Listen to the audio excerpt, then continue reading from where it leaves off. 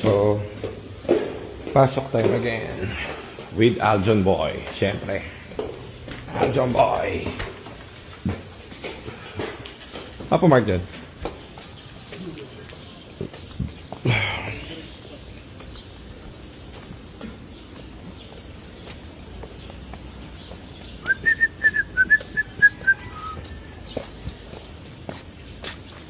Uy, ganda nito ah. Ilang araw mo nagamit to? Dalawa? Dalawang araw mo nagamit to?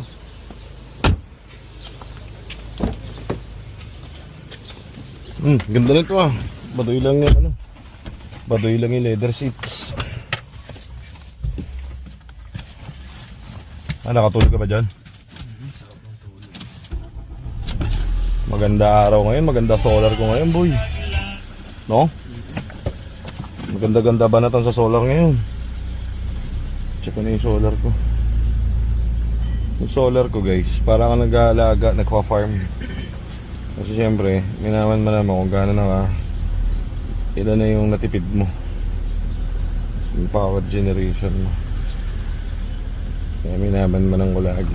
Minamanual control ko pa yan kapag ano, pagka kahit saan ako pumunta. Ano dyan, kamusta? Wala bago? Wala bago? Dapat tayong bago dyan? O may bago ka dyan? Ay, ako. Magandang araw ngayon. Maganda ba araw ngayon? Oo. Makapalaban lang yung solar natin. Kaya nga eh. So papasok na kami ngayon sa shop. Mukhang puputi na naman ang buhok ko sa mga gagawin ko rin. Wala si Mark Yakis pala, guys. Nasa Bali, Indonesia siya. Kasama niya yung misis niya. So shoutout kay Mark Yakis, ang pinakamanyakis. Actually second siya na pinakamanyakis sa buong mundo. Yung isa na kakilala ko is hindi ko nababanggitin, pero hindi siya na-feature sa mga vlog. Morning. Manang ah. Parang si Ana. Dito nakatira yun si Manang. Lagi ko nakikita yun dyan.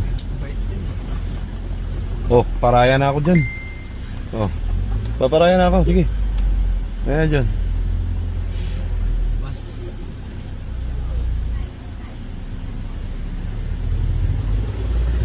Ay boy.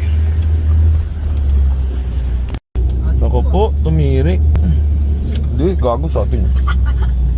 Wawa naman, nasa gitna ng daan. Hindi Dumirik. naman hinuhuli yun.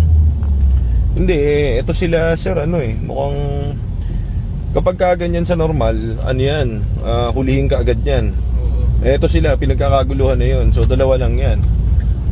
Ano ba tawag dito? May assisting fee siguro yan na something. Kapag kaganyan, ako, hulihin ka na agad, baka i-record ka na agad eh. Oo. Meron ako minsan na nakastop akong ganyan, no? Na tirikan ako dati. Ano ba yung coaching gamit ko? SIR, Honda SIR. Tirikan ako. Alang yan, ang bilis ng MMDA. Pagkatapos ng MMDA, sabi sa akin ba naman eh, sir, hindi po pwedeng nakaganyan. Ano gagawin ko? Hindi umaandar, si Raulo. Ano gagawin? Tutulak ko mag-isa? Ako lang mag-isa eh. Sabi ko, ano yata ito eh, medyo weirdo ka, Brad. Ano gagawin ko? O di, siyempre, hintayin ko yung ano. O wala, may tulak ko mag-isa to. Dapat kapag MMD ka, a-assist mo sila, itabi yung kotse, ganyan, di ba? Yun hindi eh. Pressure ka talaga eh, na ikukwento pa si ano kasi to highway. Alam ko highway to. O, kasi na ako ba tumirik? Di ba? Oo, tama. Medyo ano eh, gulo. Talagang ano no? Tao, gulugod. Ano yan? So para i-assist ka nung ganun eh, yung nagdadrive baka may dating, baka may tira eh, kaya a-assist nila yan pag ganyan. Pag yung drive no? Oo, tumitingin din sila sa ano eh. Totoo naman.